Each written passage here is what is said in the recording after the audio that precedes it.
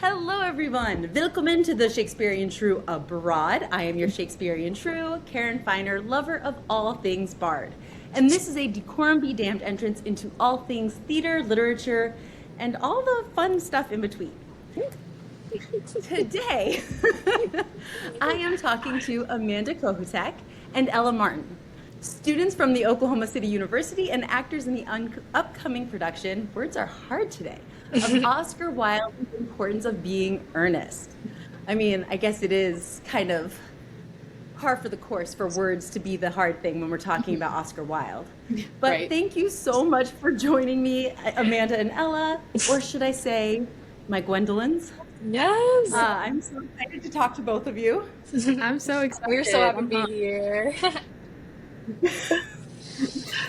So to get started, I was telling you all that I had talked to Lance, your fearless leader, your director, and he had been like, yeah, I've got two actors that I think you would really enjoy talking to. And I was like, oh, great. And he's like, yeah, it's, Ella and Amanda, they're the Gwendolens. And I'm going, the Gwendolens. Wait, am I misremembering the Importance of Being Earnest right now? But so there are two casts, and you are the Gwendolens. Yes. So I find that to be really interesting. And we talked a little bit on his podcast about that, how to cast two actors as the same role and what he was looking for. And he was like, I wanted to see what they could bring to the role. So Amanda, we'll start with you. What is it that you really tried to bring to your vision of Gwendolen? Yeah, so I think Gwendolen, first of all, I love the character. I think she is so endlessly interesting with these awesome random monologues that she goes off on. And so I kind of saw her as this visionary, and I told Lance I have this idea of Gwendolen that she has TED Talks like saved up in her head that she's been waiting to get out. And so throughout the play, you see these little moments where she's like, wait, I can talk about this here. And so that's kind of what I found in her, was this joy of knowledge, and let me tell you what I know about it. And that's something that, I kind of have a bit of myself. I love to go on a tangent. I love to share that kind of thing with my friends and everything.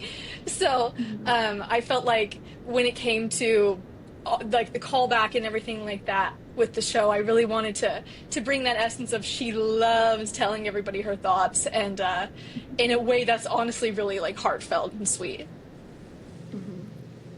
Very nice. So Ella, how about you? Did you have like a similar take, or was your take a pretty different take? I mean, yes, I think in certain ways, like, it was similar. She's a very intelligent character. She's very witty, and she's so interesting. Lance had said in one of our rehearsals, he said you could write a whole book about, like, a psychologist would have a field day with her, and I think so. I think she would. But I think the part of her character that I really resonated with the most and got excited to tap into the most was how excited she gets about, like, little things, and how, and like kind of how Amanda was talking about, like, her TED Talks, like, she's so excited to go on those little, she's like, I've been saving this up like for weeks and weeks and weeks, and I'm so excited I can finally get to go on this little tangent. So I think, like, her excitement about little things about life, and specifically her excitement with marriage, and I think that was my favorite part to tap into. But I totally agree with everything that Amanda said, because she is so intelligent, and I was also really excited to tap into that side as well. Do you think that excitement to speak, to be heard, plays into Oscar Wilde's depiction of the Victorian society and women's place in the Victorian society? Yeah, I think it's really interesting because, I mean, this whole play is just satire based off of, like, Victorian society. And so I think it's so fun that she is so knowledgeable, and that she's just so confident in everything that she does, which I think there's a level of that to Victorian society, but I also feel like there's a level of fear to show your confident side, and I think that she kind of just breaks down all those barriers, and she's like, no, this is me, take it or leave it. And so I really had a good time with that. Yeah, and just like to add to that, I think it's really awesome because for this show to be set in the time period it is, the female characters, like even Cecily, and of course Lady Bracknell, naturally, have these incredible monologues, and they really have control over a lot of this. And it's really interesting because, like, while Jack or Ernest is taking, are we allowed to spoil the show? I assume everybody knows the show, right? You can absolutely. It was written a while ago. We can. I was like, spoiler alert, we're going for it. just wanted to be clear. If you're listening past this point, spoilers ahead. But I just think Jack, he honestly kind of gets taken on this journey because of what Gwendolen and Cecily like believe, and how they are so forthright in the in Act 1, Gwendolen is pretty much the reason they get engaged because he doesn't have the nerve to do it, and she's not going to leave the room until he does it. And it's really awesome for the woman to have that strength and control while also being seen as like beautiful, and that's still that object of like fragility and beauty. She's also got control in Oscar Wilde's viewpoint of this, so I thought that was cool. Yeah. So we've mentioned multiple times that this is a satire of Victorian society. Out of curiosity, as you've played these parts, as you've gone through this production time and again, have you seen any reflections of our own society within the world of Wilde's? I mean, there's a lot of comedy, a lot of lines that like you'll miss them if you're not paying attention, especially between like Jack and Lady Bracknell when she's interviewing him about whether or not he's a good enough suitor for Gwendolen. There's a lot of little lines about like their viewpoints on society that are really, they're satirical to a certain audience who has a certain point of view, right?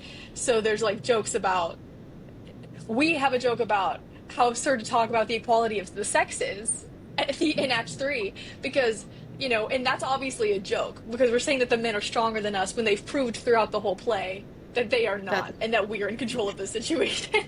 So I think it is a little more subtle, of course, but I think you can find those places where it's like, oh, this is really funny to today's audience. In little lines like that. Yeah, I mean, even Jack has a line at the end of the show to Chasuble saying, like, why should there be one law for men and another for women? Like, that's not fair. And it's so fast, it's so quick, and it's so funny because of today's society and how far we've progressed in that. And so, yeah, like really what Amanda was saying, it's like these tiny moments that you're going to miss them if you don't pay attention, but they totally relate back to today for sure.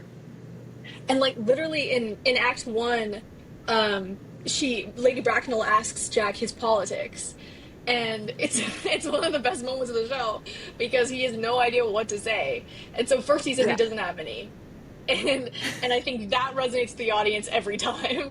No matter who the audience is, they're like, yeah, let's just not go there. But then he comes up with liberal unionist, and she's satisfied, and we move on. But I always like listening at that part of the play to see, is the audience like having fun with that line, because it's really crazy out there today. So I think that would usually that's a great one to pull out, is be like, yeah, that hits.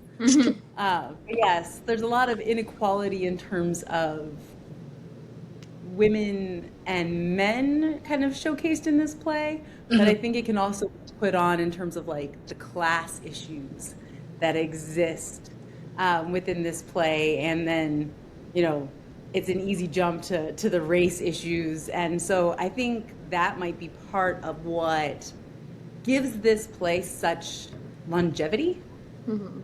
Some plays you watch past their prime and you're like, yeah, all right, well, that was interesting then. And this one still seems to keep people laughing. Yeah. I think that shows how relevant it still is. Hmm. And I, So, sorry, yep, go. that just made me Nope. think of like all of our castmates in the play that are playing the maids and the servants. We have Merry Men and everything like that, and Lane. They are so funny, and I think for the majority of the show, when they're on stage, the audience supports them. You know, more than the audience is going to support Algernon or Gwendolyn or anything. And I think that's kind of a great point of what Yeah. you were getting at is like we're gonna back them because they know everything actually going on in the house, and the Yeah. audience kind of sees them as a more realistic, like we can relate and understand because none of us are living in two houses in the England country between none of us are that rich in the audience of this play, so it's like yeah, that's a great point. I love, so you both have some different cast members and some of the same cast members. Hmm. Is there somebody in the cast that you have had the most fun playing off of, that you have just had the best either verbal sparring or just energy with throughout the show so far? I think for me, my it's got to be Taylor Cavasso. She plays Cecily in my cast. I love Act Two so much. I think it's like the best act in my opinion. Not just like for my scene, but like the entire like all of Act Two. Is such a fun act. It's just so much fun. I love playing with Taylor because fun fact, she's my sorority little. And so I was so excited when we got cast as Gwendolen and Cecily. I was literally so pumped. But it's been so much fun to kind of like have that, because we're playing this whole like we're friends, then we're mortal enemies, then we're sisters like type situation. And it's been so fun to just go through that like roller coaster with Taylor. And it's like my favorite part of the show the entire like every single night. Like I love it so much. Like it's just so much fun. Very nice. Yeah, I was probably gonna say mine was Kara Smith, who's my Cecily, um, and we just have such a good time because I think in Act Two there is so much room for it to be playful and for new bits to come out like every time we rehearse it. And she was just always down for, I would grab her so many times before rehearsal and I'd be like, I have an idea. And she was always just like, let's do it, let's go.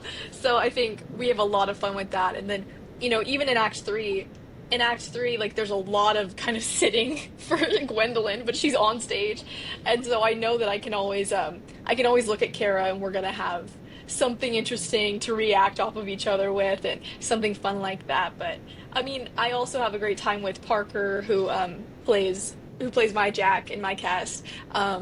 There's a long time in Act One that we kind of just had to figure out where the bits are going to work and what's going to happen, and he was always just along for the ride, so we had a good time there too.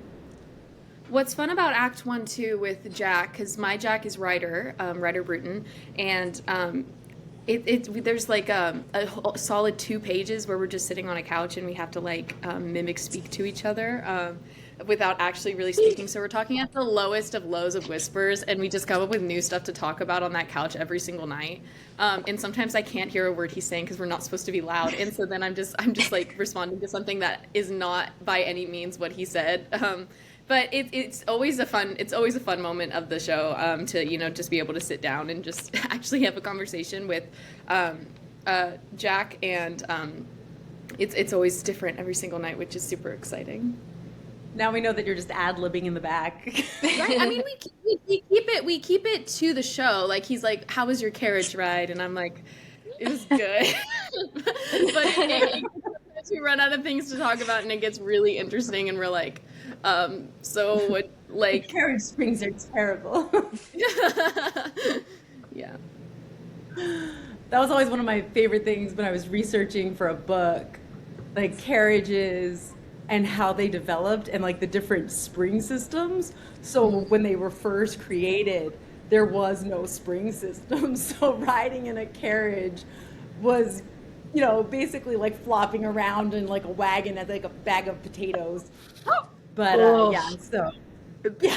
That is Totally puts a that's different perspective into the carriage ride situation. But so with your characters, with how you're able to kind of work off of them, play off of them, how did rehearsals go for you all? Was it each cast had their own rehearsals, or were you all together? How did that work out? So it was so interesting because I don't think any of us kind of really knew what we were getting ourselves into, like in a good way, in the best way. I didn't know what the rehearsal process was going to look like, it being double cast. I don't think really anybody else did too, but we get there and basically how it worked is like we would just switch off. Like, so we were all there the entire time. So like if we were blocking pages 1 through 10, the Hertfordshire cast would go up and block page 1 through 10. Then the Budbury cast would be on the side, just, taking their notes. And then, so they would essentially learn the blocking with them, then get up there, work 1 through 10, and then they would probably go to like page 20 and block that. And then it just flop and then rinse, repeat.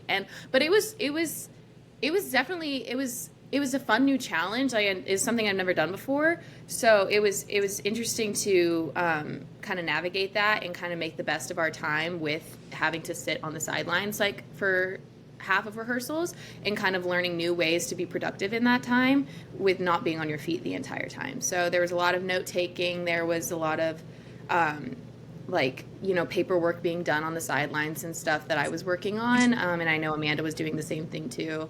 And then there was also just like a lot of watching each other because I think we learned so much from each other throughout this process as well. But yeah, so it was a fun experience. I enjoyed it.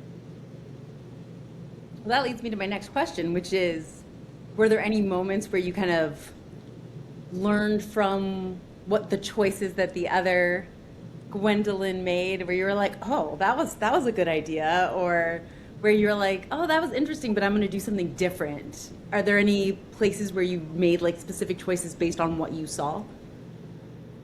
Yeah, I think we we had a lot of fun doing that because there were new bits every day, which is like the best part about rehearsing a comedy is that like when you have such a great cast like we do, every day you're getting a new thought, a new line delivery, a new, something like that. So it was really fun to just keep watching and see what came up. And I do think there are times where it's like, oh my God, that's really funny. And then you're like, man, I don't want to steal that because that's really good and original. And I'm going to let you like have your bit. And so there was a bit of a like, do we leave that as a Bunbury cast thing and have the Hertfordshire cast do something else? And there are some moments with Gwedolen and Jack, I think specifically, that are different between the casts. And I noticed that especially when in our kind of last week of rehearsal, we had to switch out Jack's once or twice just because of like conflicts and everything. And so I was doing it with Ryder, and there was a moment where we were like, what do you usually do here with Ella? And he's like, what do you do with Parker here? Because we would do different things. So we're, both doing half of a bit that's not landing because we're not with the right person. So yeah, that was kind of part of it. That was a fun day when I got to do it with Parker that day. That was so much fun. I was like I don't know the little like, 'cause Amanda and Parker have this super funny little like looking out to the audience face bit in Act 1 that I don't know. So I let that be theirs and I didn't steal it or anything. And so I was like, can we just not do that one today? I don't want to mess it up. And then he was like, yeah, let's just do whatever you do. And I'm like, okay, great, awesome. And so it was a fun experience for sure to be able to switch those casts. But I think that for me also, there was a level of like, I don't want to steal your joke. But also I think there are some things that we both like took away from each other and learned from each other. We both did a lot of discussion about operative words on the sidelines. We were like, what do you think the operative in this sentence is? Because that was a big thing that came up in rehearsals. So I think we learned a lot from each other that way. And there were certain bits that we both shared, but also there were certain things that we wanted to keep for ourselves and not tarnish or touch it. But it was also just fun to watch the other cast go up because I would see what the Hertfordshire cast Algernon was doing, and then who's Noah, and then I'd see Jeremy go up there and do something completely different but equally as funny. So like it was so interesting to kind of see everybody in that same mindset and like kind of letting each other's own things be theirs, and then kind of just bringing a new part to the character. One of my friends, she went to go see the show, and she went to see both casts, and she was like, "It's just crazy. It's like two different shows," and so I just think it's fun. It's a fun experience for sure. I love that. My friend's going to opening night at OSP, which cast? I think that's my cast. Yeah, Yes. that's Hertfordshire. So Nice. And I was like, you have to go back the next night to see the other cast too. yeah. Yeah. But that's what I was thinking, because I mean, I'd be there in a second if I wasn't in Germany, but that's the biggest thing. That's cool. Yeah. I'm like, great. I love that for you. But I told Lance, I was like, man, I can't, like, this is one of my favorite shows. And I was like, I don't get to see this. I don't get to see you in Tempest in July. Like, I love living in Germany, but this sucks. Somebody record it. But so with these shows, you're talking about the different choices, and it sounds like you were, very careful to learn from each other, but not kind of step on one another in terms of the choices that you made for each production. Mm-hmm.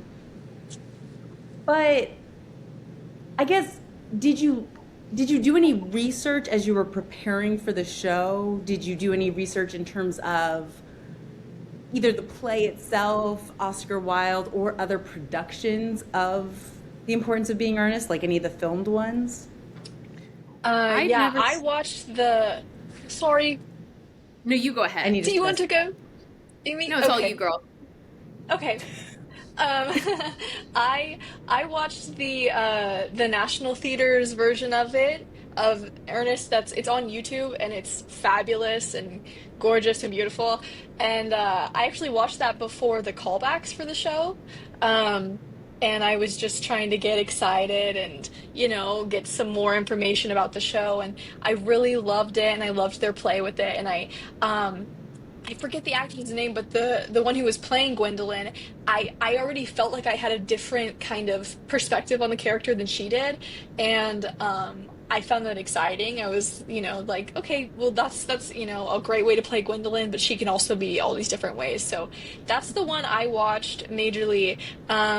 But then other than that, I just know some things about Oscar Wilde. I was talking to my uncle the other day, and he actually went to Oscar Wilde's grave in Paris, which was really interesting because then there are so many jokes throughout Act 2 and 3 about how he makes up that Ernest died in Paris, and Oscar Wilde died in Paris, which is really crazy and insane. Oh my.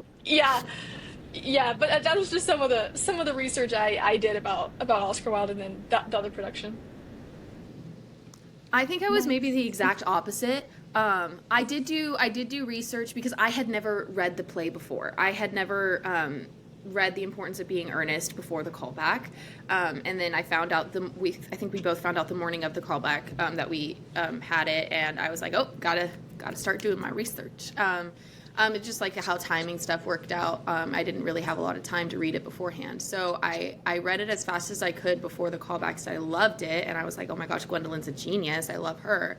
And I looked up different like reviews on the plays and stuff, and like people's takes on Gwendolen and everything. But I didn't watch anything. I think I normally don't watch things because I don't want to, I have a really bad habit of, I don't want to say copying, but like, what's the word? Like, it's just if I watch something, I feel like that's the right way and my interpretation is wrong. But I know that that's not true. So I to solve that issue for myself, I just don't watch it now. I used to have a habit.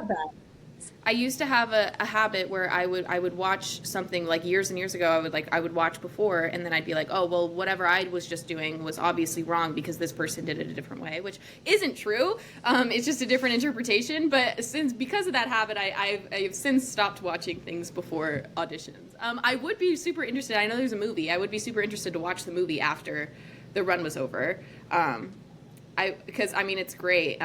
And I would be interested to watch other productions too after the run was over. But yeah, it's great cast and really funny. But I think like you've got a great point though. It's like reading a book and then watching the movie. right? You read the book and it's in your head It's and like you so. develop the characters, you create it, and then you watch the movie and all of a sudden everything you created gets like bulldozed. And all you can see is Harry Potter as Daniel Radcliffe, and you're like, no. Yeah, the line reading of like, Harry, did you put your name in the goblet of fire? Like It's like so the different from infamous the line books and read movies.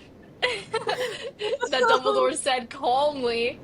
Yeah, yeah, And then in that's the movie, exactly it. It's like yeah. watching the It just, versions, it's so different. But I yes. So honestly I do, definitely see both perspectives. Go yeah, ahead, I Ella, think go for that, it. so sorry. I think that being double cast actually helped me a lot with that, like negative thought in my head about like, oh, my interpretation is wrong. I think this was really good for me. This whole the being double cast, I think it was what I needed because I was learning. I was like, oh, Amanda's doing this differently and she's getting laughs, but I'm doing it differently and I'm still getting laughs. And Lance isn't telling me I'm doing anything wrong at this point. Like obviously there's always things that we should work on and everything, but he's like he's not like telling me that like your interpretation of the character is so wrong. So I'm obviously not like my interpretation can be right at the same time as another person's interpretation. So I think that being double casted was what I needed, to be so honest. I think it was super helpful for my brain. So, what for each of you was your favorite moment of the play? And we'll start with Ella on this one. Do you have a favorite moment, either that you were in, or it can be somebody else's moment? Doesn't matter. My favorite moment that I'm in, I'll give you both. I think my favorite moment that I'm in is oh, I love the part where we're sitting at tea with Cecily and I go like, you have filled my tea with lumps of sugar, and though I asked most distinctly for bread and butter, you have given me cake. And then I have a whole crash out. I love that part. It's so much fun every single night because it's like so dramatic, and then she's trying to like calm herself down, and she's like the gentleness of my disposition, but like you crossed a line, girl. Like, so I love that part. That part's always super fun to do every single night. And my favorite part that I watch is probably the end of Act 2 with Algernon and Jack. I think that that's the whole like them talking about the Bunbury after the fact, and then the whole eating the muffins bit is so funny. They do it so funny every single night. It cracks me up. So Yeah, I was gonna say that I think my favorite scene that I'm in, it's also from Act Two, but it's the part of Act Two where it's at the end after Jack and Algernon have entered, and Cecily and Gwendolen have just found out that they're not named Ernest, and we confront them, and there's some really fun like physical bits there. But my favorite line is I say like, "Where is your brother Ernest?" And I always like, I don't know, I play really hard with the WH on that where. And so I think that's like my favorite part. Like that's just such a good moment, and it can always, we're constantly making that funnier, I feel like. And then the one that I'm not in, I was also gonna say the muffin scene at the end of Act Two. It's so funny, and both of the casts have had like some very different choices within it that make it really funny. And fun fact, and this is just kudos to our actors too, especially Jeremy and Noah. The muffins that they have to eat are gluten free because I have a gluten allergy. And so they made sure. Oh my God, you do? No way! Okay, it's so cool. So they made all the food gluten free so that I don't die, which is very amazing and awesome of them. But because of that, they're eating very dry English muffins. And so that makes that scene about 10 times harder. And so my apologies to them, but they're doing so good with it. Yeah, but when you watch that scene, just everyone just think Oh, about that. That's crazy. oh man. As somebody who understands the gluten-free products in the United States. I felt Oh man, so I feel like I can evil. send you some bread from Germany. It's so good here. The Oh my gluten-free bread. gosh. It's like light and fluffy and delicious. I think I'm gonna have to send you a care Well, package. isn't Char from Germany? The Char brand? Yes. Yeah, and they have like the best gluten-free stuff. So good. Oh my So gosh. good. This is good to know. It's like I got here and I was like, there's bread. There's actually good fluffy bread. Oh, It's please. sorry, we're totally getting off track, but for No, that's anybody who's great. got celiac or a gluten allergy, Yeah, it's now you celiac know. for me. Celiac Oh, me disease. too. So, yes, celiac Well, awareness, everybody. The high Shakespearean five. true. It's such a pain in the butt. Let's go. Oh man. Um, so you so you've been taking a break, right? You have rehearsal. Rehearsal starts again for you all tomorrow, Yes. Friday the 13th.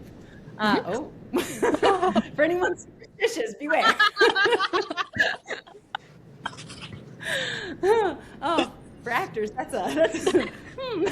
don't tell any of the rest of the cast. It'll be Uh, but so you've had a break, at least a few days off for good behavior, or bad behavior, as the case may be, whichever. So, have you had any chances to rethink things or think about the difference between the theater space that you have been in, which I think was a much larger space, and transferring to a much smaller space? Yeah. Oh, that's a good. Oh, I could start if you want, Ella. you go ahead. You go ahead, Amanda. Okay.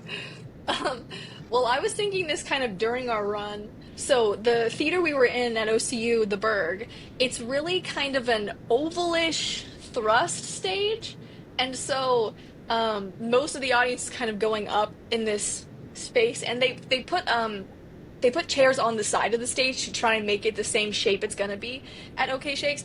But the thing was, those seats weren't necessarily sold on the website because of the way the map is on the OCU website. So it was kind of like, oh, students, anybody who wants to move there can move there and all that stuff. Because of that, it was kind of hard to keep those seats filled. And so I think we got really used to, most of our audience is straight ahead. And so it's going to be a bit of a rehearsal process to make sure we're keeping that side audiences included, especially with like all the asides there are in this show. There's a lot of looking out and a lot of breaking the fourth wall and making sure that they don't all just go to the center area, but also to stage right and left. So that'll probably be the biggest thing, I think. That's a good point. Yeah, I think. Yeah, I was excited to see that they were putting chairs on the stage, but like literally, like Amanda said, like no, not really anyone sat in them because they weren't so specific. Those. I know there was one night that for my show there was a pretty good audience in the two side sections, which was fun because that was about the only night that I had in the side sections. So it was fun to finally kind of experience what that was like. But for the most part, it was really just like that, who's right in front of you. So it'll be an interesting transition. But I'm really excited to go to OSP because the only time I've ever been there was to see Christmas Cracker, and I loved that show, and I loved how close and intimate the space was. I've like never seen a theater space that intimate before, and I think it might be the most intimate theater space I've ever performed in. I don't know, I can't speak for Amanda, but I mean I've done some shows in the Black Box at OCU, and that's a small space, but it's even smaller at Oklahoma Shake. So I'm excited. I haven't done a lot of. I don't know. I think I'm just excited to kind of transition. I think it's going to be a lot of technical things like don't move this much here and make sure that you just a lot of technical stuff I think it might be, but I'm excited to because I know that I was looking at the tickets and everything, and I saw that some people already bought tickets on the sides, and so I'm excited to have an audience on the sides. I think that'll be super fun. Oh, you will definitely have an audience on the sides for, Yeah. for OS. Yeah, I was gonna add, I even raised my hand, which shows you how schooled I am on Zoom meetings. That's sick. I started raising my hand and I had to like put it down. I was like, stop, this is not class. That's embarrassing. But just to move on, I was also gonna say, I'm excited to keep playing with my comedy parts after kind of having an audience and finally knowing what's really landing and what's not landing.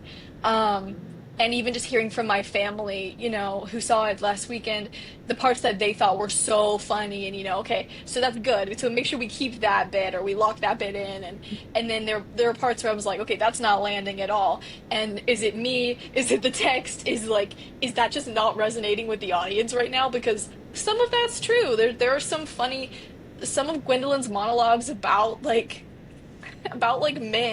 and women. Sometimes they're just not landing. They're just not resonating with the audience, and that's okay. Even if they hear every word of it, they're just like, huh, or that's just like we talked a lot about like Yeah. smilers when they laugh, like just people who are like, and you don't get any noise or anything from them. So Yeah. anything, guys. But yeah, so that's something else that I'll be excited to play with while we move to the new space is, okay, I know this worked, but what else can I do to make this work?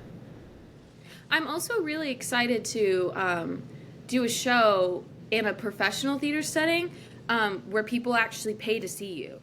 That's first for me. I've never done professional theater before. I've only ever done educational. So I have never been in a well, I mean, people pay to see us at school or whatever, the $10, but I but also like a lot of those audience members are students who get free tickets. So I'm excited to go to OK Shakes and actually have an audience that's likes. I'm not that OCU audiences don't like theater, but I'm excited to have an audience that literally is investing their time and money into going to see a performance. And it's just a new experience, so I'm really excited to do that. Yeah, and I also realized this show has some fans of it.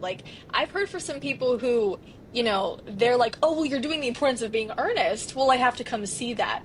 Whereas, if I was doing some other show, some indie, contemporary, modern, abstract, avant-garde, they would not care. But, there are people who are like, "Oh, I love Ernest." And so they're really excited to see different iterations of Ernest. So I think that's also kind of fun is there are some just fans out there who will go see these productions. So I think we'll have that at OSP as well. Yeah. I'm so bummed I'm not going to be there. No. Be there with us. In Lance spirit. already promised to send me. He's going to send me a couple snippets. He's like, I'll send you that. I Yay. can't send the whole thing, but I'll send you snippets. I was like, thank you. Great. That's all I want. That's all I want. I just need a fix. But so, as you're coming back into this, as you're working with this, working in a new space, working in a professional space, working with some community actors and again, your student actors, have you learned anything from the mix? Are there any connections that you feel like are important to be made either at OSP or just with community actors? Because that's also an interesting part of these productions is it's not just students, it's students and professionals. I think I learned so much from the community actors. And it's interesting because Our Lady Bracknell is a professor here at OCU. Jeannie Scholler, she's awesome. I took acting 1 and 2 with her, so it was so fun to be in a show with her and to be her daughter in a show, and literally learn so much from her. But it was also so fun to work with the community actors, Nick and Denise. They're both amazing. Nick is hilarious. He's so funny, and so is Denise. They're both. I feel like I learned so much about their understanding of the time period and their understanding of the text, and the way that they would talk about it was just so enlightening, and it was so it was like one of those situations where you're like, oh my gosh, they totally would have. Internet down. I cut out. Hold on a second. Repeat that last part, Ella. Your internet. Can you hear your me internet now? fried out on us. Can you hear me now? Yep. Now you're good.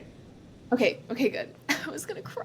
Anyway, it's learning from Denise and Nick have been so the way that they talk about the show, in just casual conversation, when they're getting notes and making jokes about the writing and the time period. It's just so fun, and I don't know. It it was super fun, and both of their dialects were phenomenal, and so I also learned a lot about the RP through them as well. I was like, okay, so they're doing this with the RP. Maybe I need to work on my liquid use a little bit more. So there are a lot of technical and a lot of like more fun stuff from that I learned from them for sure. Yeah, I was gonna add, I had a blast getting to know them and getting to know kind of their processes. And I think, kind of like I mentioned earlier, with this kind of comedy, the fun thing about rehearsal is seeing what new things everyone brings every day. And they were constantly bringing new ideas, new line deliveries, new bits, and it was just so fun to see them kind of set that standard at least. And even they had no idea they were doing it, they were just being amazing professionals like they are. But the rest of us are like, oh my gosh, I need to do something new today, I need to, let me bring my A game, and how else can I do this? And all for the sake of good theater, not just to be annoying. But yeah, I loved that, just getting to see what they brought to it, and then also like getting to mingle with them. And we really tried to, after the first few rehearsals where, they knew that here's a group of college kids who've been together, some of us for multiple years, and then here they are, and they haven't been with us for years, they don't know us. So we tried to like start, make sure we were all hanging out and mingling. And I started a photo circle, where you can add like shared photos. And I was like, Denise, Nick, get on the photo circle. And I had to like help them download the app to get them onto the photo circle. But it was just so exciting for them to join, and that they were taking photos of everyone during rehearsals and adding them, so we all have our fun rehearsal photos. So it was just really cool for them to treat us as equals too, and we get to be on their level in that way too. Mm-hmm. That's so much fun. And I love Denise. I've had her on the show before, and she's just fabulous. But yeah, I have also heard things about your professor, and it was very funny because I heard she's quite short. And, playing Lady Bracknell, Lance was like, I told him, it's got to be a battleship. And she came in and she was a battleship. And I was like, she is a battleship for sure. It's awesome. And I'm on the taller end of girls here at this school. I'm 5'9". And so for her to be my mom is like my dream, she's like down here, and I'm like, let's go, Mom, let's go. But she has complete control over Gwedolen, so it's a really fun dynamic. I mean, I'm 5'6", and she's still like significantly shorter than me too. And it's like, it doesn't even matter because like her presence is just so powerful. And so it's like she's 10 feet tall with her presence. And so it doesn't even matter that she's shorter than both of us. She's perfect. I love that you're talking about relationships, like the mother-daughter relationship. How about the cousin significant other relationship? Has that come up at all? After we did the first read through of the show, we were like, okay, so Cecily was like, this guy is my cousin, but I like him. And Gwedolen is like, oh, this guy, not my cousin, like him. But then we find out that he is our cousin at the end, and we're like, oh, well, we just don't care, I guess.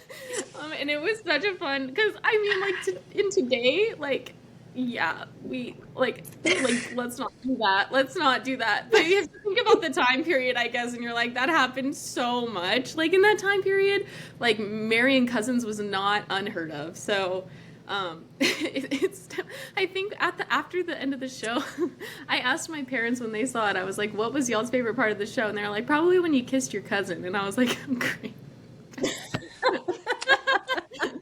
Thanks. That's so, yeah, we talked a lot about this because we would always gab with our Cecilies, with Taylor and Kara, and be like, I think we all, like, if they end up with someone who's not named Ernest, so they kind of lost. That was the whole point, was that they wanted to marry Ernest. They don't get an Ernest, they get an Algernon, and they're just cool with that. And there's no indication that Algernon's going to get christened to be Ernest. So they just kind of take that that loss. And then we we get Ernest, but yeah, he's our cousin. But to Gwendolen, that's a win. It's a complete win because that doesn't matter. Because But it his is name kind is of funny. It is funny to the audience because they're not, especially we had like a younger audience at OCU, so there was a lot of gasps going on and when you realize who he is.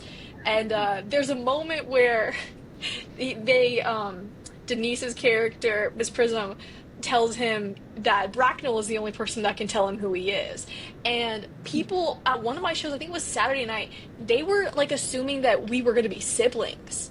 That like that was the reveal, and people started going, and everyone was gagged. And my family was telling me this afterwards. They were like, "Yeah, people were fully thinking y'all were going to be siblings," and then we find out we're cousins, and it's good, it's okay, but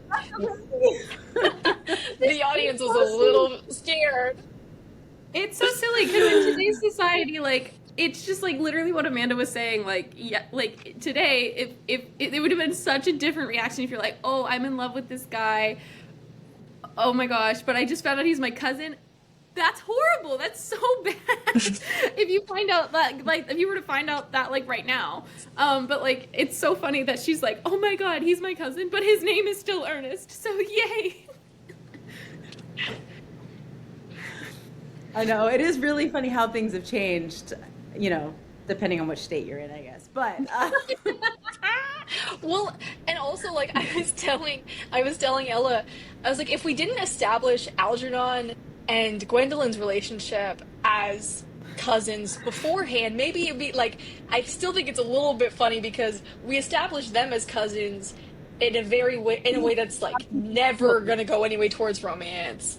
And we don't have many scenes together at all, but in like the one in Act 1, we come in and like snap at him about how he's always immoral and all this stuff, which is very kind of like sibling family relationship. And so that's your perception of cousins for the play, and then we get to the Act 3 and we are cousins. So Oscar, that was a little... Yeah, Wilde has such an interesting... It's so interesting how much he stresses the fact that Algernon and Gwendolen are first cousins.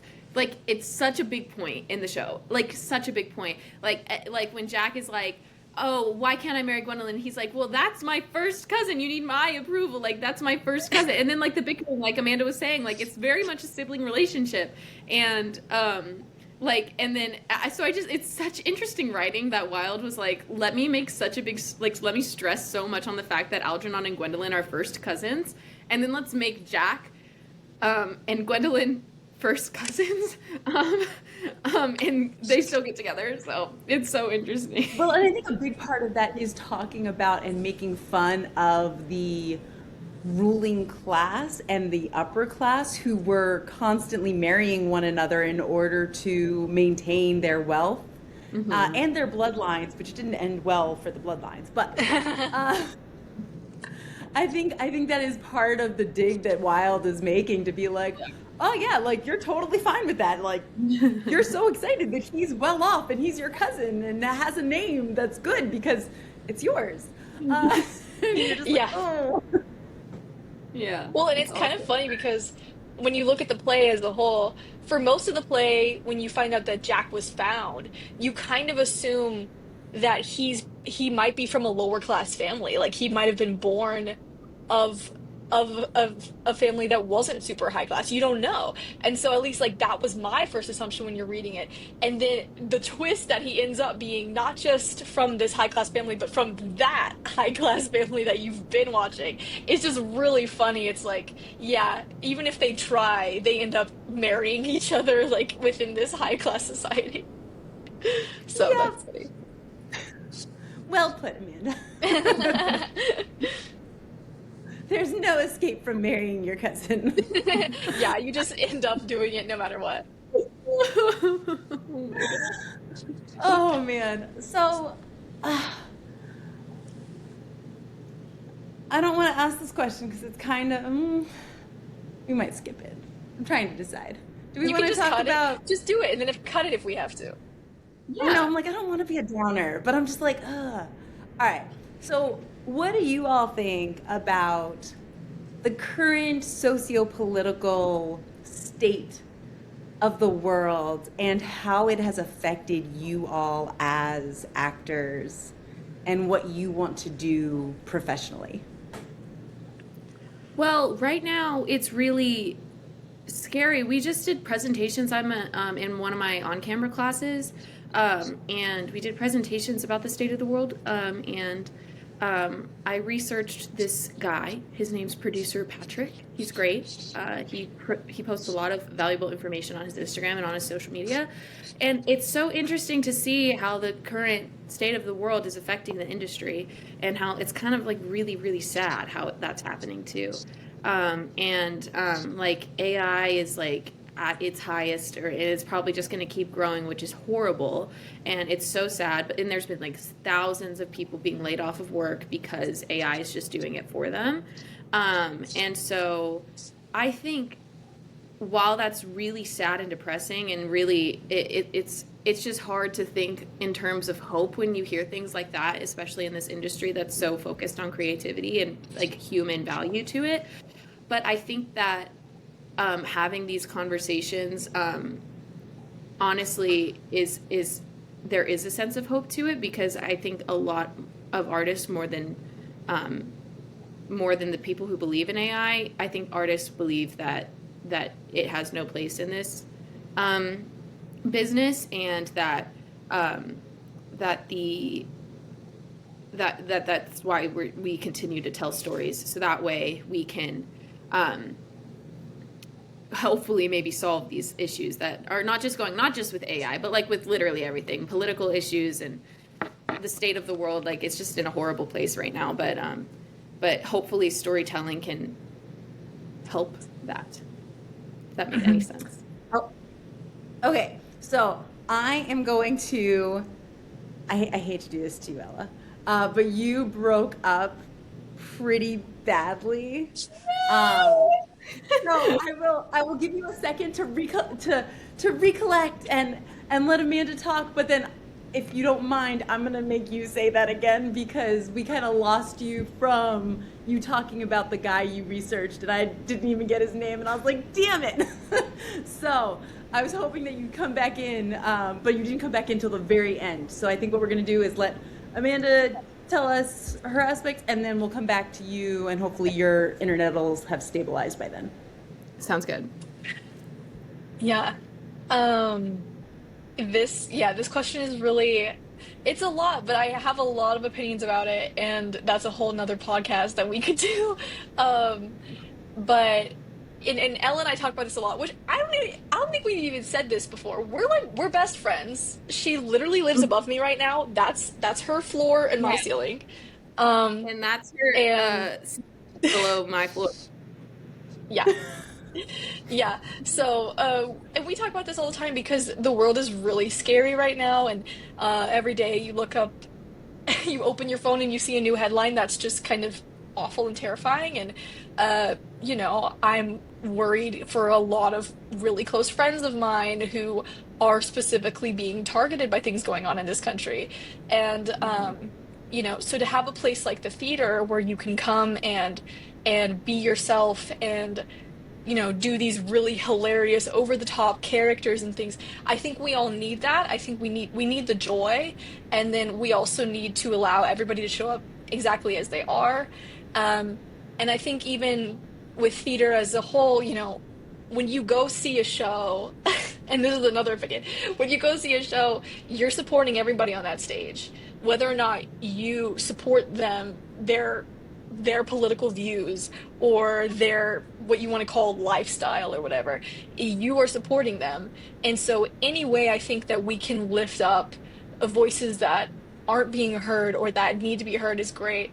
And then again, and I fully acknowledge that I'm saying this as a white woman, who is middle class and has, is very privileged in that.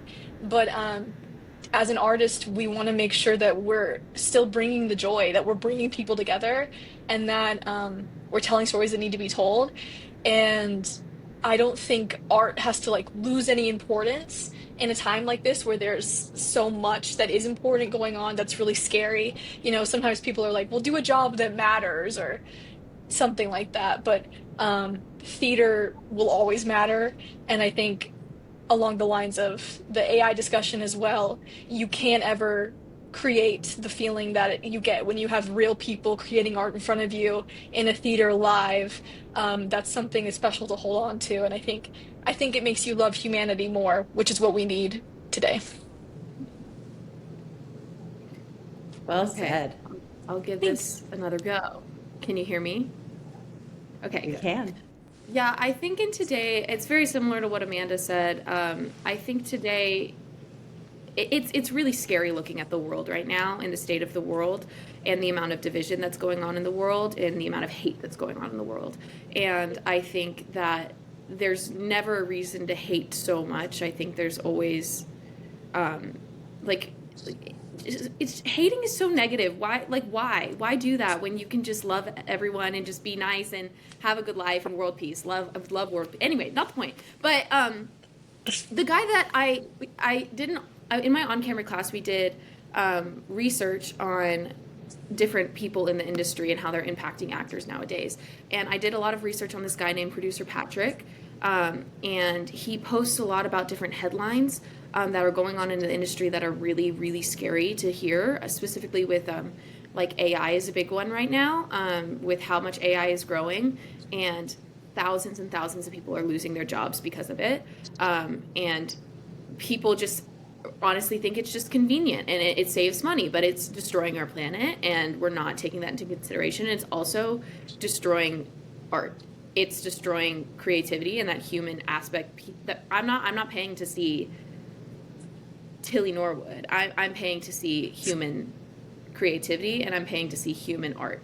So I think that in this world, I think that's why storytelling is so important right now. Very similarly to what Amanda was saying, that even despite these like horrible headlines that are saying that some AI commercials are getting more viewership than human-made commercials, even though that's a horrible headline to hear, it's important to hear it so that way we know why our job is so important and how we can fight that and improve it for the future. So I don't think all is lost. And it's not just about AI, it's literally about everything going on in the world. But I think that storytelling is just so important to keep people connected and to keep people having, joy in their life, but also learning very important lessons about life as well. So I think that storytelling is more important now than ever. So You're here.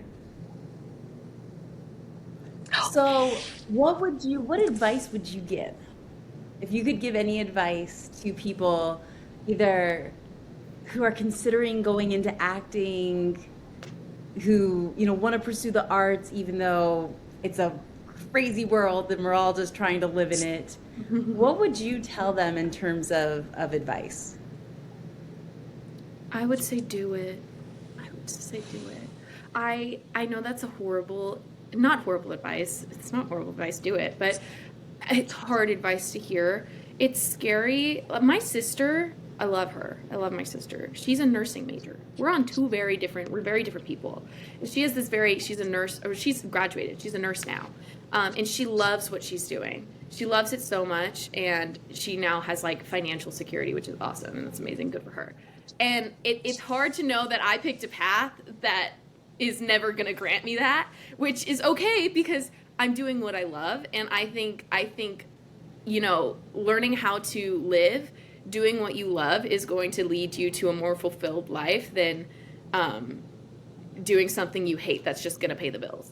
And sometimes, you got to pay the bills one way or another, but also I don't think you should sacrifice your dreams for it. So if you want to be an actor, be an actor. Who says you can't? Like, you should do it. And specifically with the state of the world right now, I think if you're having that calling to be an actor, and you're really resonating with storytelling because of the state of the world, I just don't see a reason why you shouldn't do it. I think follow your dreams.